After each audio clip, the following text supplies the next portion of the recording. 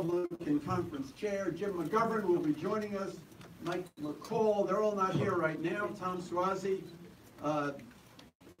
who will be presenting awards this evening, but there'll be some changes. Don't worry, we'll get through this.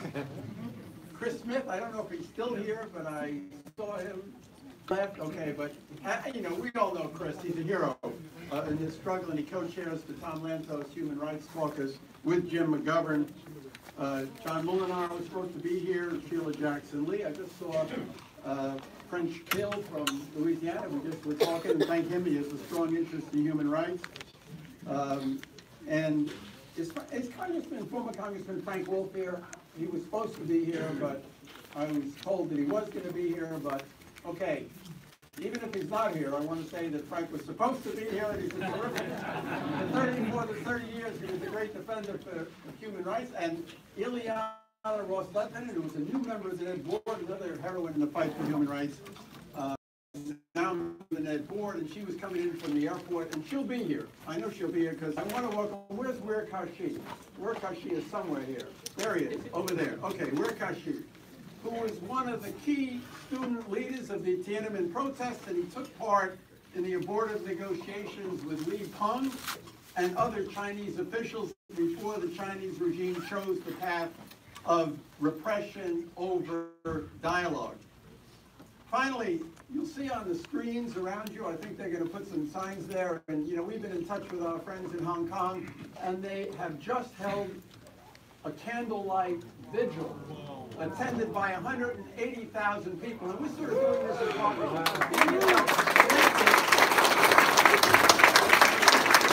so you have pictures of it there, and this is the only place where Tiananmen Square is recognized and remembered in what is formerly today China, and the people in Hong Kong, as we know, are struggling to keep the independence and the rights that they have. Even though, Ileana, I just talked about you. I talked about you. I said nothing would stop you from getting here because nothing ever stops you.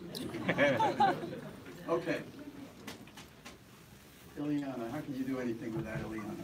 The 30th anniversary of the Tiananmen Massacre takes place at a moment when Americans and others around the world have come to the realization that China's dramatic economic growth has not produced a more liberal and open country as so many people hoped that it would, but rather a more closed and increasingly repressive authoritarian state that poses a growing danger. President and Nobel laureate Liu Xiaobo foresaw danger.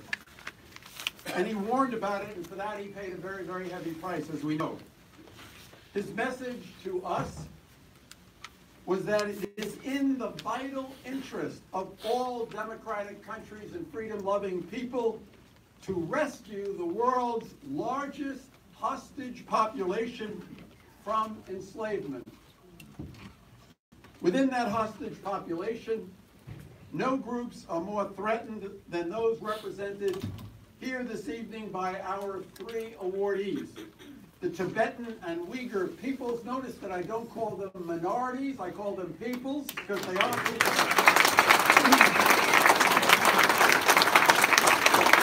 who are victims of what the Dalai Lama has called cultural genocide, and religious believers among the Han minority, especially the house church movement and the rural Christian underground. The fact that each of these groups faces a common existential threat to its culture, its language, its identity, and its faith reveals what is the central feature of the Chinese state, that it sees anything it cannot control as a threat to its power. Such a system is inherently insecure and unstable, which calls to mind Ronald Reagan's statement in his Westminster address, which was the address that launched the Ned, that the innate human desire for freedom will leave such a closed and repressive system. As he said at the time, 1982, he was talking about Marxism-Leninism and Soviet Union, on the ash heap of history, as it has left other tyrannies which stifle the freedom and muzzle the self-expression of the people. As difficult as conditions are today, we must never forget what Liu Xiaobo said in the closing statement at his trial, that China will, in the end, become a nation ruled by law where human rights are supreme. We cannot give up that hope. In 1991, the Ned has given, as its Democracy Award, a replica of the goddess of democracy, the 33-foot statue that was unveiled in Tiananmen Square a few days before June 4th, to shouts of long live democracy. It was really built to raise the morale of people, which was getting a little bit low toward the end, and hundreds of thousands of people flooded into the square when that statue was raised. And this replica is the work of Tom Marsh. I don't know if Tom is with us today. Is Tom here? Okay, well, Tom is a great friend, a real true Democrat. He is the one who did the other statue that was unveiled today, the Tank Man statue that they had a ceremony on. Frank, there you are. I spoke about you. I said you're great. And we miss you. I want you to know that we miss you. Okay. In any event, this replica that Tom did, this statue was destroyed when the Chinese tanks attacked the protesters on June 4th, but its image lives on. And it has since become a symbol of the universality of the democratic idea. Resembling our own Statue of Liberty, it affirms that democracy is an idea that transcends cultural differences, and it repudiates the notion that some have circulated around town these days, that China and the United States are at odds because of a clash of civilizations. The clash is not one of tradition, religion, and culture. It is about the values of freedom and human dignity. And Speaker Pelosi, who we will hear from in a little while,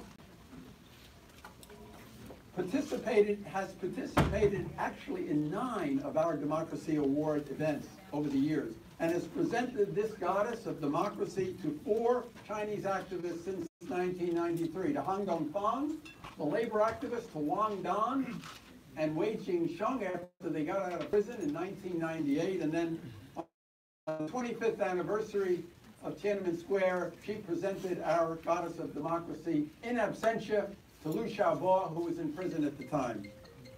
All of these people exemplify universal democratic values, as do our awardees this evening. Our country was founded upon these values, which is why it is so appropriate to present this award in our nation's capital to freedom fighters from Tibet, from East Turkestan, notice I don't say Xinjiang, to East Turkestan, and China. And it is now my great pleasure to invite Andy Card, who is the chairman of the Ned board and a great Democrat with a small d. He was going to introduce Nancy Pelosi, so that was part of the joke. He's now going to introduce Liz Cheney, but Nancy will be here. Andy.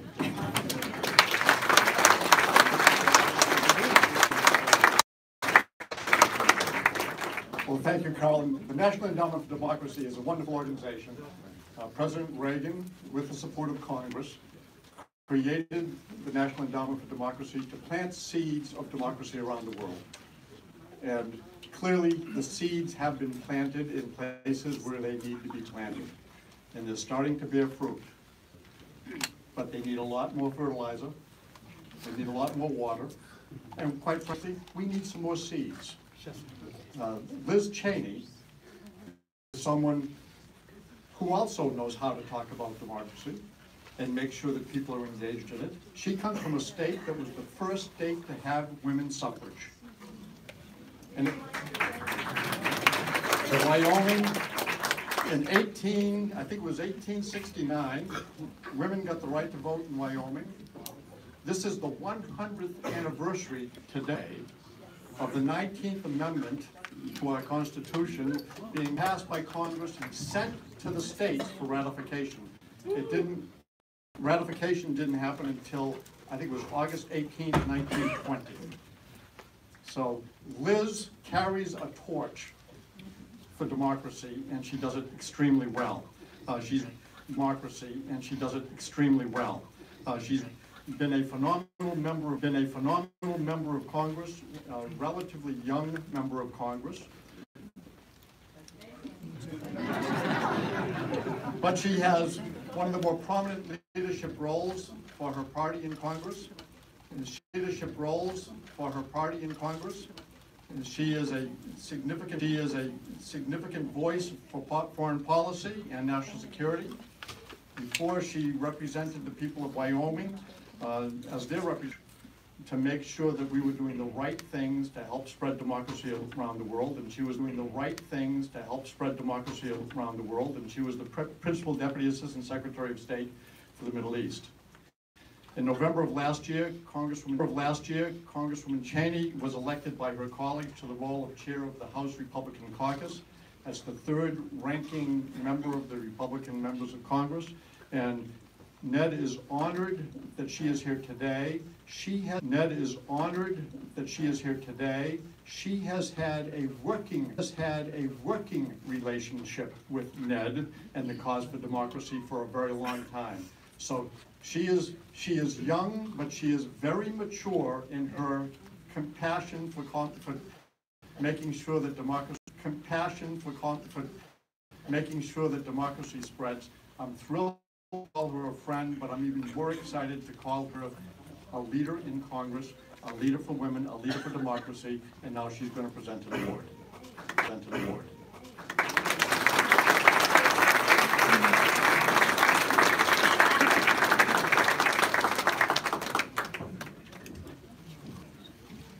Well, thank you very much, Andy. I was a young member. Well, thank you very much, Andy. I was a young member of Congress. Congresswoman Ross Lightnin pointed out that it's all relative here in the halls of Congress. But I'm so proud to be here today and honored to be part of this ceremony. As Andy mentioned, I have a very long relationship with Ned, longer than I'm almost embarrassed to say, I'm almost embarrassed to say, because I'll tell you how old I really am. But one of my very first jobs when I finished college was to work at USAID. And I was working at USAID in June of 1989. And one of the first projects we worked on was doing our very best to try to get fax machines into the students in China. And if you think about that, at that time, fax machines were the height of technology, the height of ability to communicate. But those scenes from Tiananmen captured the world. And it is so important for us to be here today, for us to be able to celebrate what happened in the fight for freedom, to remember what happened in terms of the real slaughter and the response of the government of China, and to make sure that every government around the world, every repressive government knows, not just America is watching, but the whole world is watching. And in today's world, we see everything, but it has not been just the advent of modern technology that has helped us spread the words of freedom. And I see so many friends in the audience, people like Ken Wallach and Michelle Dunn, both of whom I've worked with on issues and efforts to help promote freedom. We just had the opportunity about a month ago to have a visit here in the halls of Congress from a young man named Enrique Padron, who escaped. He was a boat person, he escaped from Cuba. And when I was talking to Enrique, he came to the U.S. in 1994, and he was a young boy. And I said to him, what gave you courage? In 1994, there wasn't internet, and how was it that you knew that you would be willing to risk getting on a boat, crossing shark-infested waters to come to the United States? What was that drive in you? He said it was Ronald Reagan's speeches. And I said, he said it was Ronald Reagan's speeches. And I said, well, how in the world did you hear those? He said, Radio Libre. And he said, our neighbors, sometimes we would have to put blankets over our head. We would have to tune our radios just right. We couldn't let anybody else know we were listening. But I heard those words of freedom. Anybody else know we were listening? But I heard those words of freedom. And it made me know I had to get to that place. And that is the kind of place America has to be today and always. And we have to make sure that those who are fighting for freedom all around the world, all around the world know that we will always stand with you, that we will always stand on behalf of freedom. We've seen this both continuing in China with the repression that we've seen across the board.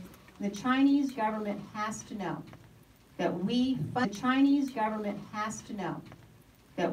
fundamentally believe and we know that the rights of man, the rights of a person to be free, those are rights that are inherent. We believe they come from God. They do not come from a government, and they cannot be stomped out by a government. That's right. And they cannot be stomped out by a government. That's right.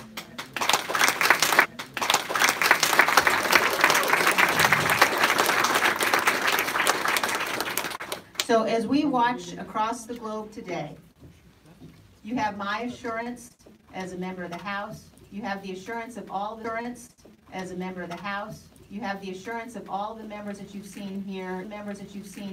You'll have the assurance this is an absolutely bipartisan commitment. With Speaker Pelosi speaking here as well today. An absolutely bipartisan, ironclad commitment on the behalf of the United States Congress to make sure that we are at all times and in all places standing for freedom. And it is with honor now, I think I'm not giving an award, but our ranking member on the Homeland Security Committee, Foreign Affairs Committee, previously Homeland Security, Mr. Mccaul has come in. I don't want to mess up your program, Carl. Okay, wonderful. But let me just end by saying congratulations very much. To the Tibet Action Institute, to the World Uyghur Congress, to Tibet Aid, to those who are here today to be awarded this wonderful memento, and the gratitude. Those of us in the United States who have the blessing of being able to live in freedom really need to stop, I think, every day and remember what it means. And we need to stop and remember what we do in this building. What we're all going to rush out here to do, to go to the floor of the House, to cast our votes. We get to do that because we live in freedom. And because throughout history, brave men and women have fought and died for that freedom. And that struggle and that fight continues today. I know of no more important obligation we have as Americans and as elected officials in the United States than to support those cries and those calls for freedom. So thank you for what you're doing. Thank you to Ned, thank you to Carl, Andy, and thank you so much for having me here. I'm very honored and blessed to be with you today. So thank you so much.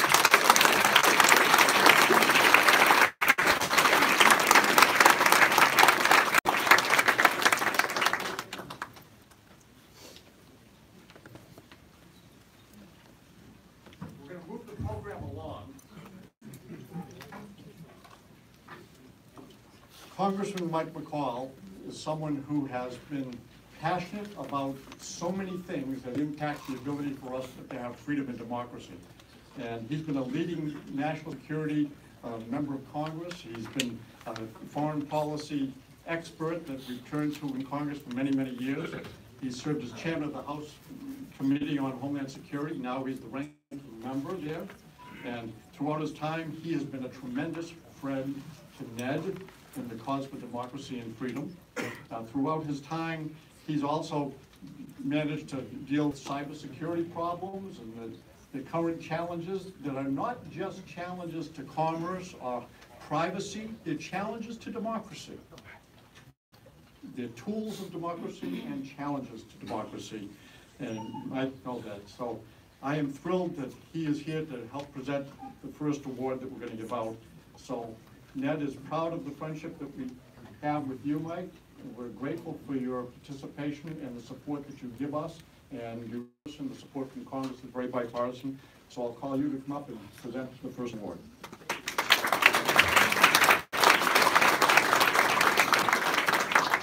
Thank you, Andy. I chaired Homeland Security, now I'm what they call ranking member on foreign affairs, and I really enjoyed that assignment. It takes me right into this arena with Ned. And Andy, I want to thank you, Secretary Card.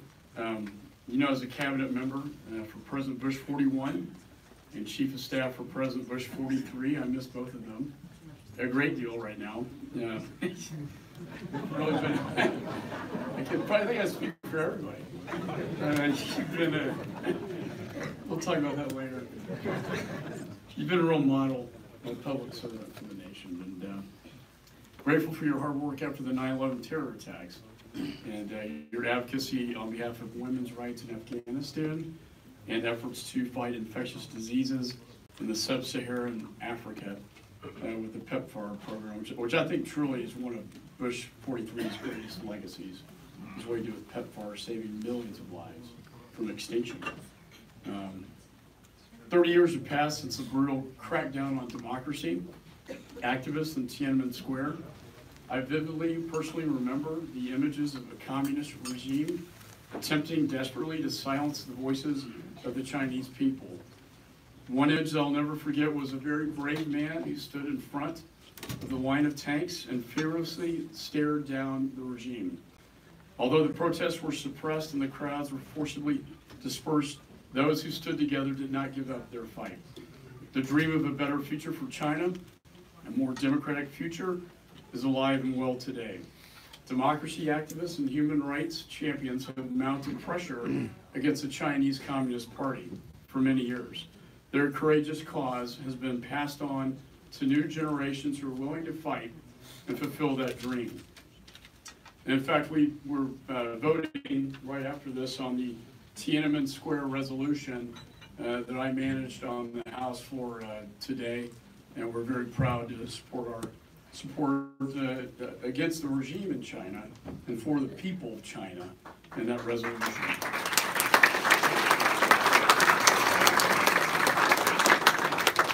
So our first honoree today, China Aid, and the group's founder and president, and I must say a fellow Texan.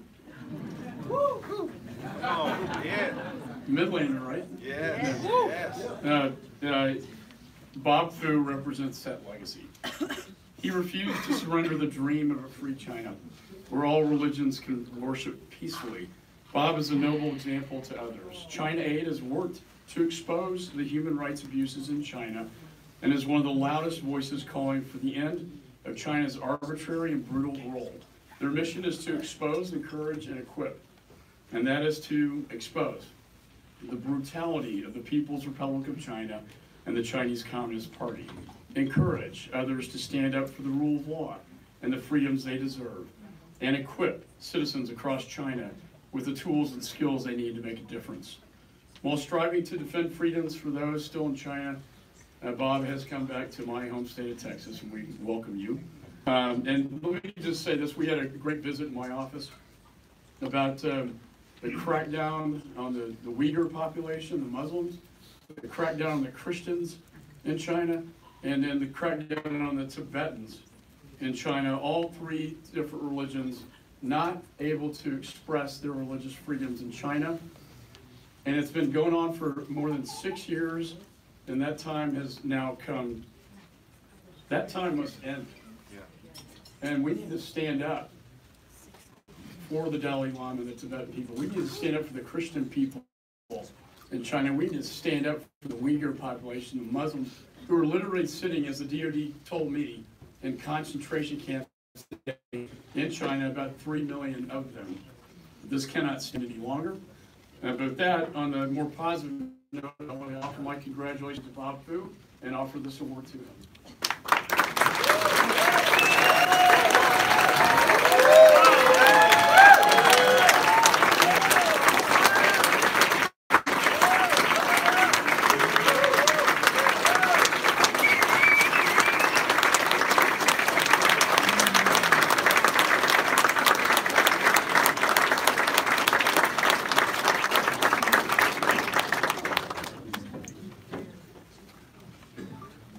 Thank you, Congressman Mccaul, for your unwavering support for freedom. Thank you, Dr. Carl Gresham and NED for recognizing we are so humbled and privileged to stand here. I want to also thank my fellow board members. Many of them travel from the People's Republic of Texas, and I became a naturalized citizen over there. But I really want to thank our fellow freedom fighters from other faith communities, from our Tibetan friends, from the Uyghur friends, from Falun Gong friends. When the Chinese Communist Party attacked one group, when we cannot practice faith from one group of faith, none of our faith is free. So when they attack us, no matter it's Christians, no matter it's Catholics, no matter it's Uyghur Muslims, no matter it's the Tibetan Buddhist, none of us is free. And I really, I'm very thankful that today we can join hands together with one voice and tell the Chinese Communist regime, enough is enough. Yeah.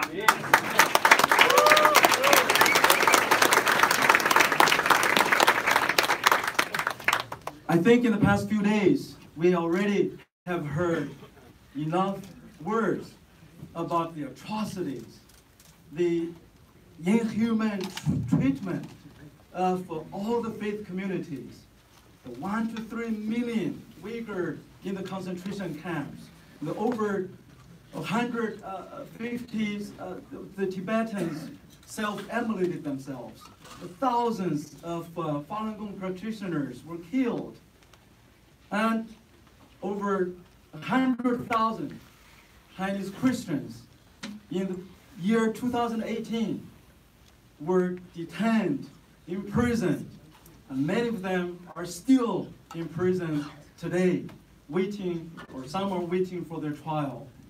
I think it's time for action. Since we are now sitting in the Hall of Congress, I think instead of naming more names about those who are persecuted, I just want to make one proposal to especially to members of Congress that I think we can make a difference. And my proposal actually will be pleased by both the fiscal conservatives and the progressives, because it does not need to increase any existing funding. It's just need a little bit relocation of the existing appropriation bills. And guess what? The Chinese Communist Party, one of the things they fear most is the freedom of information.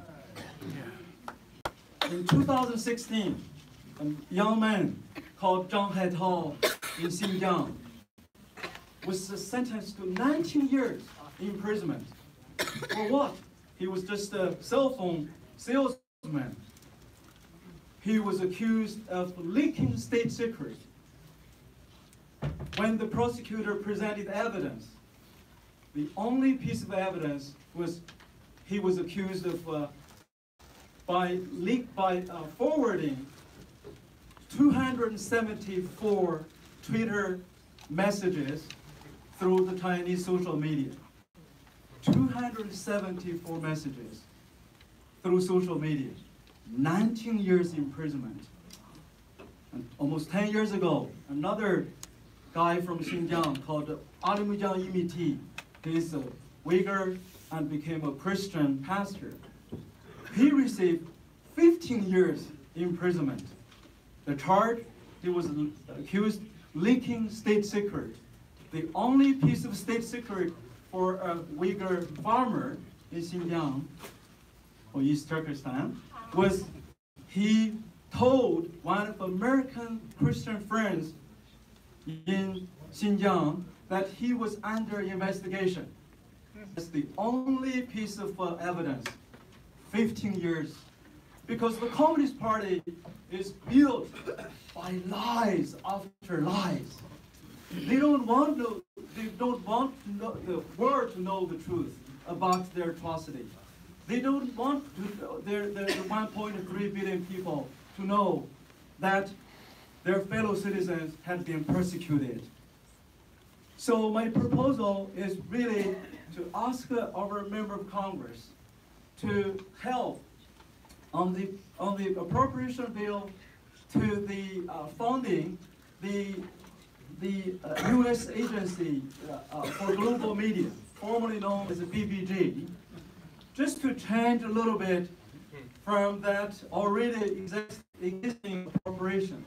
And do you know currently how much percentage out of that $770 million annual budget that designated for internet circumvention tools to break the 21st century internet Berlin Wall? Less than 1%. Less than 1%. So my plea and request to our member of Congress is to help, at least, help the BBG, or the agency, and the State Department to raise at least 10%, so that one day, 200,000 Iranians can have their town hall meetings without worrying about being caught by having the internet circumvention tools that are already available and really existing.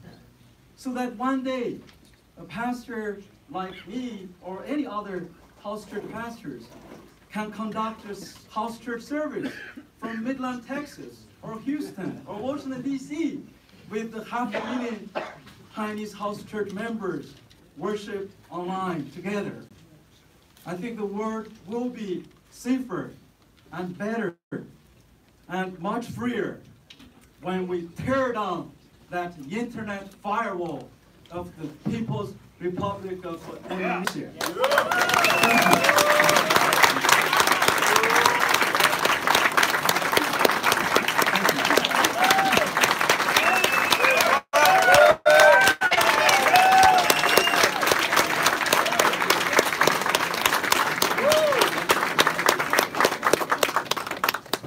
Joining us for the first time this evening is a member of Congress who has a passion for what we do.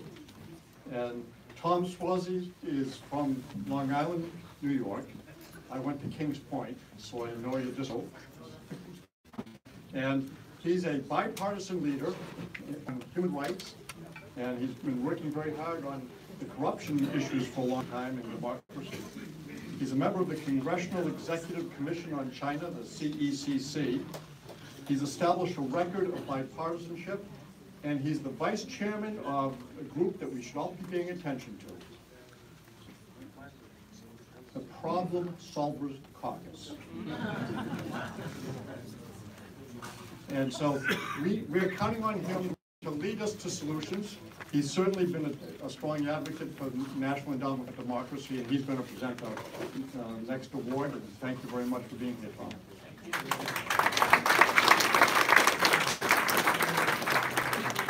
Well, after that last speaker, I should start by saying, tear down that wall. Tear down that wall. Tear down the wall. Tear down the wall. I want to start off by saying, let's hear it for the Tibet Action Institute.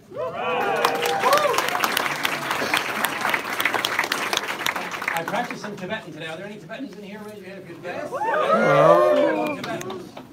Thank you for your work. that right? Tashi delay. You know, the news of the day in the wider world is really all about trade, about how the Chinese are cheating, they're stealing intellectual property, and they're subsidizing industries and not letting their markets be open. They're just cheaters. And that's all true. They are cheating regularly. But what we all know is much more disconcerting is that they treat their people so awfully, and that they're repressing so many different groups. And the Tibetans are really on the front line of this since day one. And we have to start by thanking them for holding up a resistance for so many years and displaying such leadership for so many years. From the Dalai Lama to the people themselves, really holding back the dam. And we're so grateful to them for the work that's been done. And we're so grateful to the group that we're recognizing tonight for actually doing the work of trying to figure out how to fight against that firewall. Right now, doing the work to figure out how to deal with the suppression of information over the internet, using technology to try and figure out how to get people an opportunity to learn about what really goes on. Mike? Oh, did you do that, Andy? What happened to the whole bipartisan thing?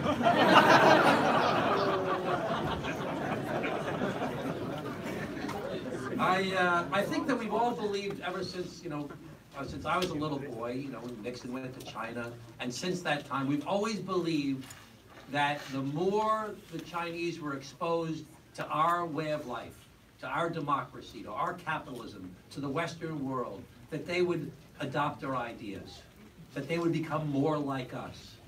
And that just hasn't happened in any way, shape, or form. And I'd love to speak to you about all these different groups that we are recognizing tonight, but I just want to join with all of you in congratulating one particular agency for the work that they're doing and ask them to come and speak for themselves. Let's hear it again for the Tibet Action Institute, and Rodney will come back.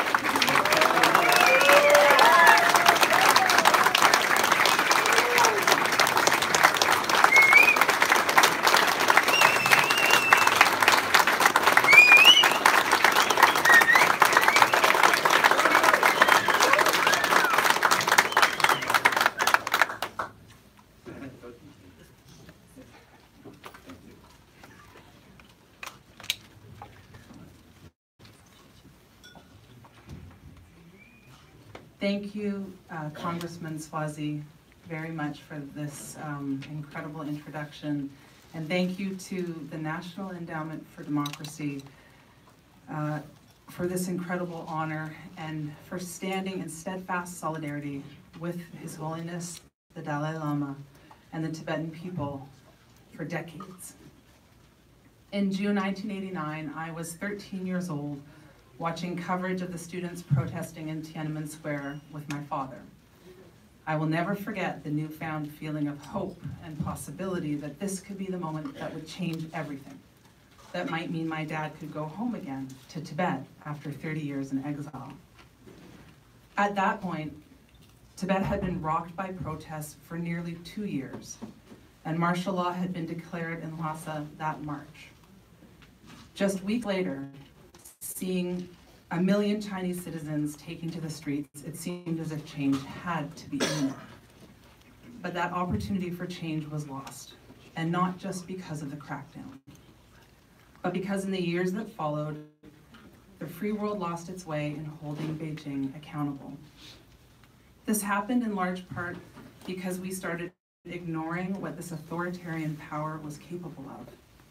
We allowed Chinese leaders to hijack critical discussions about rights, muting nearly all public debate, and eventually to even write the terms of engagement. Clearly, we got it wrong, and every day makes it clearer just how wrong. Faced with the escalating crisis of repression today, I believe we must ask ourselves, what can we do differently? The answer lies at the heart of what the students did in Tiananmen Square and what the Tibetans did in Lhasa in 1989. The answer lies in courageous, principled, unyielding action to fight for what is right. If 6 million Tibetans, armed with nothing more than nonviolent resistance, and the Buddhist monk as their leader, can stand up to China time and time again, so can the rest of the world. As they have shown us, we have to speak truth to power, using every tool and avenue available to engage in bold, creative, and strategic resistance.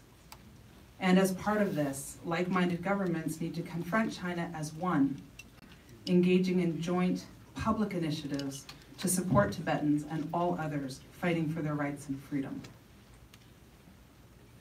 We are here today not just to mark a historic moment or because things have gotten so much worse, but because we have to act, to right the wrongs of the past, and to pick up from that moment, 30 years ago, that was alive with hope and possibility, and this time to get it right. Thank you.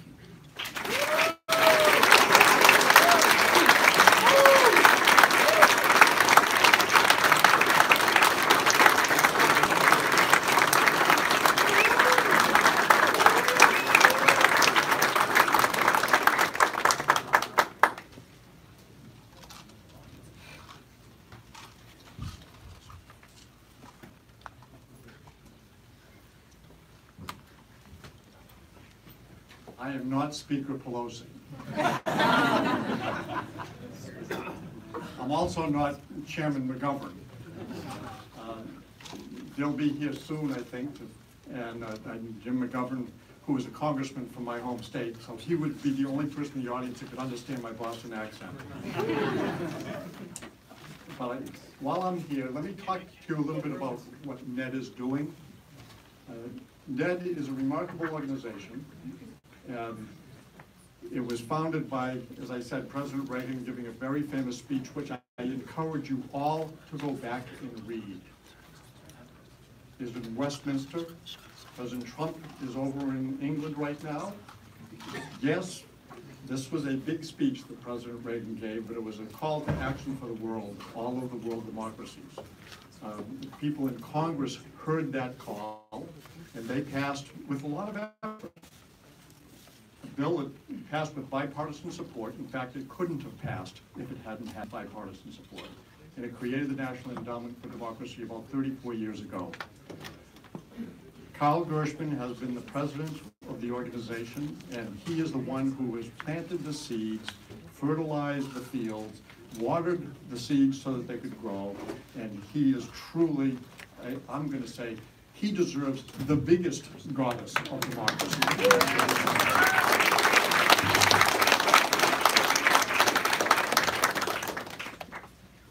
But the board of directors, or the board that manages the National Endowment for Democracy, includes Republicans and Democrats, liberals and conservatives, academics and workers. Not to say academics don't work. There are diplomats, there are thinkers, and Jim Mcgovern is here.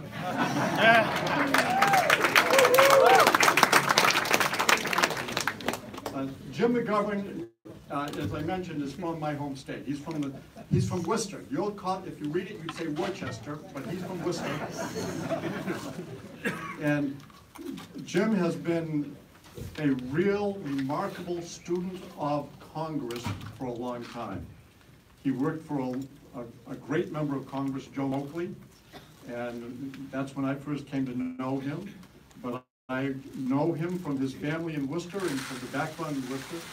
He's the chairman of the Ways and Means Committee. He makes, the Rules Committee, even more important. He wears a very large ring and everybody has to kiss it. Jim Mcgovern has been a strong advocate for spreading freedom, making sure justice is done. He's been courageous about doing that long before it was fashionable, and we're proud to have him as a supporter of the National Endowment for Democracy and what we do, and he's going to present our final award. Thank you, Jim, for being here. It's great to see you.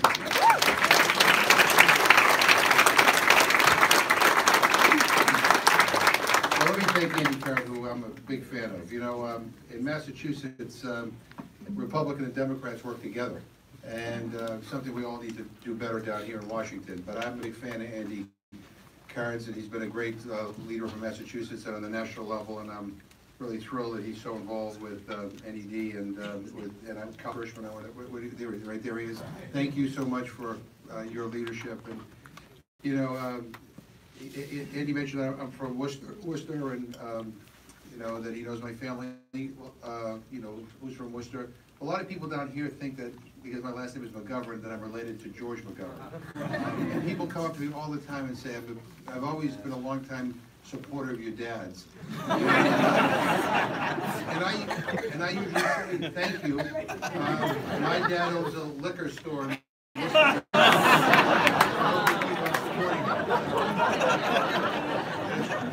And you see my friend Frank Wolf here, who's again a leader and a hero on these issues. There's so many good people here. I just want to let you know the reason why we're late. We just finished a vote on the bill that I had on the floor today, remembering those who lost their lives in Tiananmen Square and urging the government of China to respect human rights.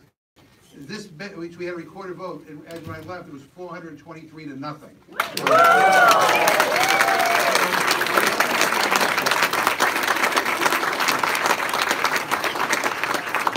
Since 2017, the Chinese government has locked up perhaps more than 1 million Uyghurs and other Turkic Muslims in mass internment camps. We should know the number of detainees by now, but we don't, because the Chinese government refuses to disclose it. We know the Uyghur identity. Detainees face daily brainwashing, abuse, and starvation diets. They are forced to denounce Islam, to study Xi Jinping thought, and to sing in praise of the party. Meanwhile, some of their children, left without parents, are made into wards of the state.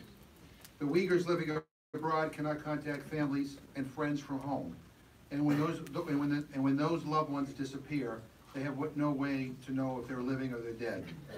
The scope of the Uyghur crisis includes more than these camps, however. Uyghurs on the outside live in what experts depict as an open-air prison, where they are subject to constant surveillance, facial recognition cameras, iris scanners, and police checkpoints.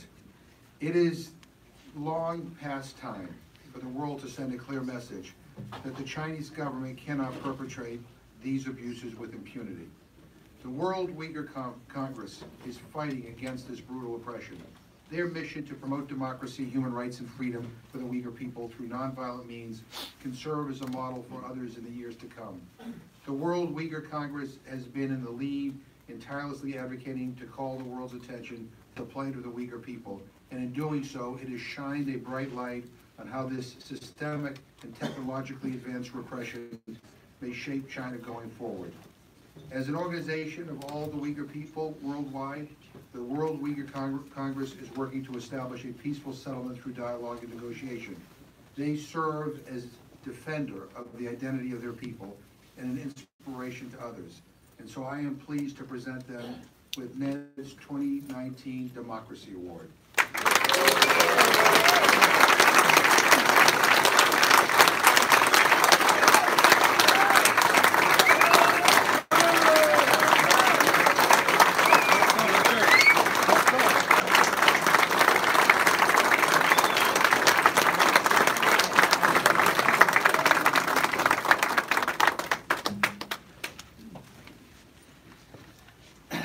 Thank you, Congressman Mcgovern and the President Congressman.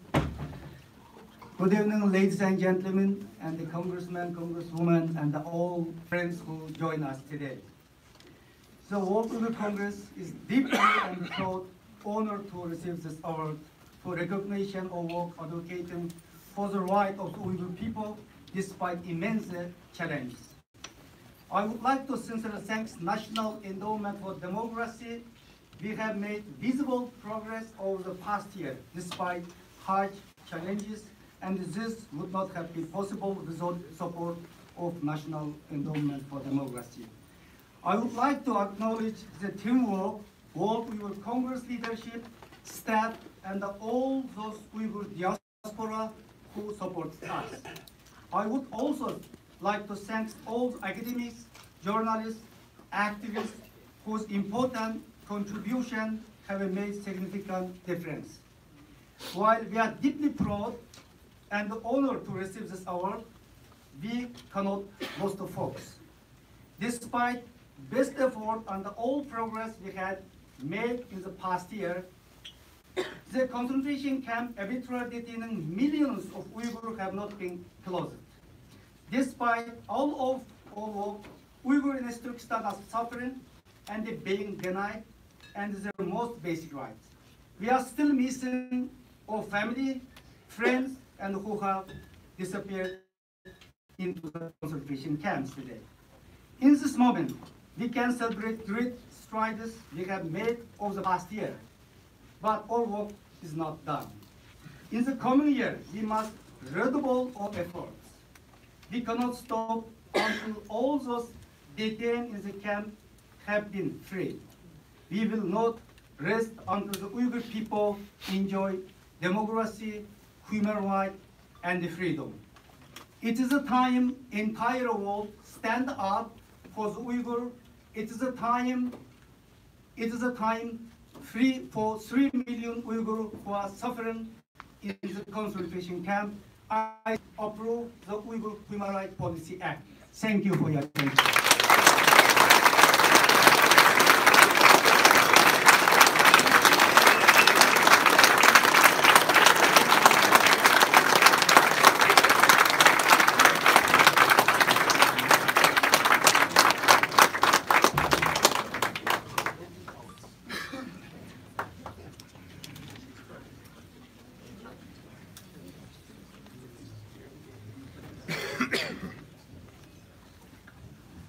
Well, I think everybody knows the situation. We're on the Hill,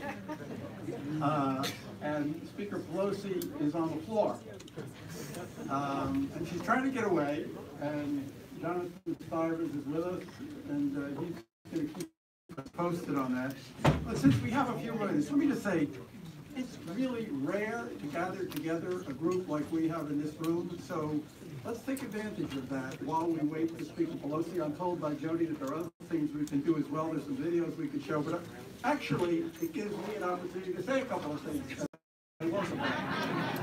And I want to say 3 things about each of the groups that we've just honored, each of the causes that we've just honored. I was talking with Bob Fu yesterday, and you told me that at some meeting recently, a Chinese official said that the Chinese regime took great pride, you used the word pride, in the death of Li Baiguang. Who was Li Baiguang? He was a lawyer. He got our Democracy Award in 2008 here in the Congress. He defended the house church movement. He was a devout believer himself.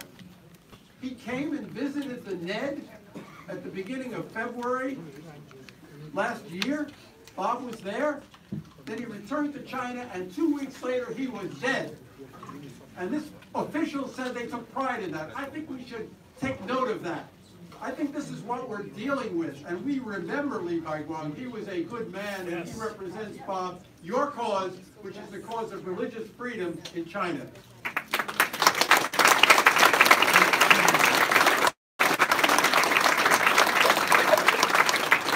And on Tibet, I've just, with some people in this room, returned from a wonderful meeting that we had in Riga, Latvia. Riga, Latvia was hosting a meeting of the World Parliamentarians Convention on Tibet under communism, and now they wanted to help another captive nation, which was the Tibetan people. And at that meeting, Michael Van Walt, who is, I think, known to many people here, especially those who follow Tibet, a great scholar, helped develop the middle way approach. He has just finished a study that he unveiled in Riga that looked at the issue of history. China has said when they cut off negotiations with Tibet, with Lodi Gary, our friend Lodi Gary, when they cut off negotiations almost a decade ago with Tibet, they said they would never speak to the Dalai Lama again until he recognized that Tibet has been part of China since antiquity. Michael Van Walt brought the leading scholars on Tibet together to look at that question. Was Tibet ever a part of China? And they determined, a consensus, they determined that Tibet was not a part of China until China invaded Tibet in 1950, occupied Tibet, and they annexed Tibet. They are lying. And in my speech to that conference, I recalled Solzhenitsyn, who said in his Nobel lecture, we must defeat the lie, that violence depends upon the lie. We have to defeat the lie, and we have to defeat the lie on Tibet. And we are going to work to defeat the lie on Tibet. And I just want to note that we are going to be working with friends in Congress and around the world to really mobilize a campaign to say that China's control of Tibet is illegitimate under international law. Illegitimate because Tibet was occupied by force, and illegitimate under international law because they deny the people of Tibet self-determination. And that's another thing that we're going to be doing. And then, of course, there is the horrible, terrible issue of the Uyghurs and the Uyghur people. I said in my opening remarks that China is committing cultural genocide against the Uyghur people. And I just want to mention a few names, because my staff educates me. I don't know all these names, but they educate me about what's happening and how do you destroy a culture? How do you destroy a people? One of the things you do is you destroy their intellectuals. You destroy the people who are their leaders. And I want to mention 4 names, each in a different field.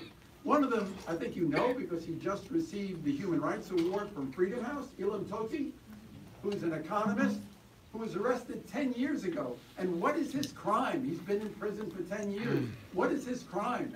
His crime was to be a Uyghur, was to have a consciousness of being a Uyghur. He wasn't challenging China's authority. He just wanted to be a Uyghur. And he's an economist, a very, very important intellectual, and it's important that we recognize and remember Ilham Tohti today.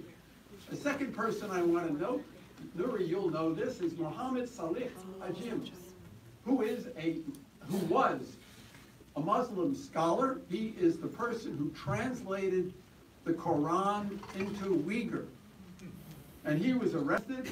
He's called one of the most influential and respected Uyghur religious scholars. And he died in prison 40 days after he was detained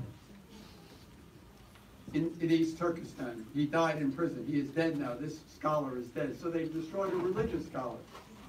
Then there's a woman, an academic, by the name of Raheel Dawood. Have I said it correctly? Yes. Raheel Dawood. Okay. She's a very distinguished scholar. She was going from Urumqi to Beijing in December, I think it was, of 2017, and she disappeared on the way. And she has not been heard from since. She is now on the list. Scholars at Risk has taken up her cause. She is, in a way, a disappeared person, this important Uyghur scholar. And then there's a 4th person, who's a folk singer. Let me see if I get this right, Nuri. Abdurrahim Hayat. Yes. Yeah? Okay. Yeah. All right, he's a folk singer, an important Uyghur folk singer.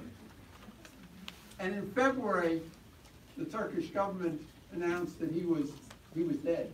And the Chinese came out with a video saying, no, he's not really dead. Do we know his fate? February 9th. February 9th. You think he's alive? Do we have any evidence of that? No.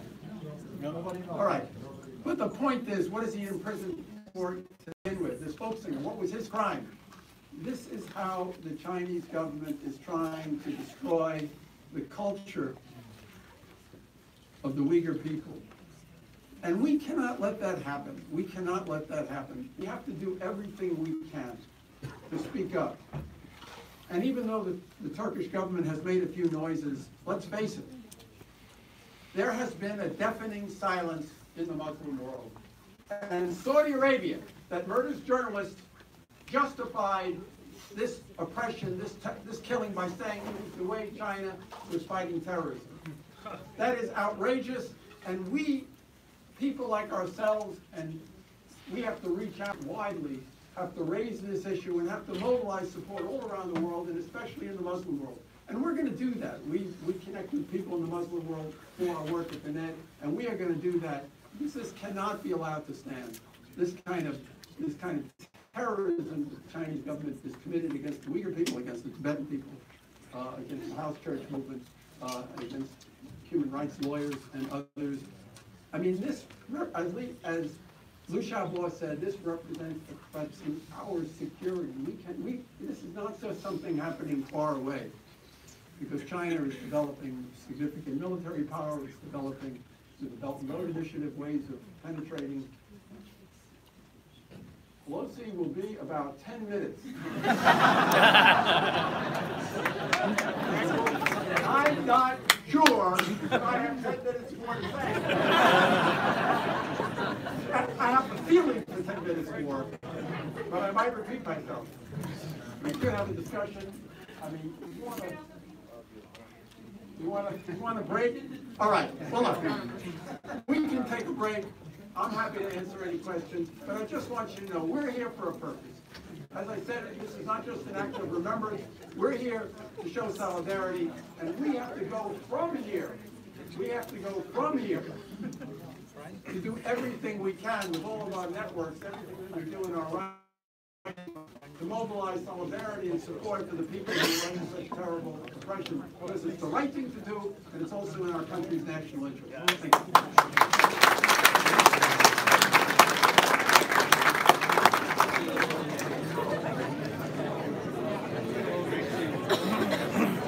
Wielką szkoda.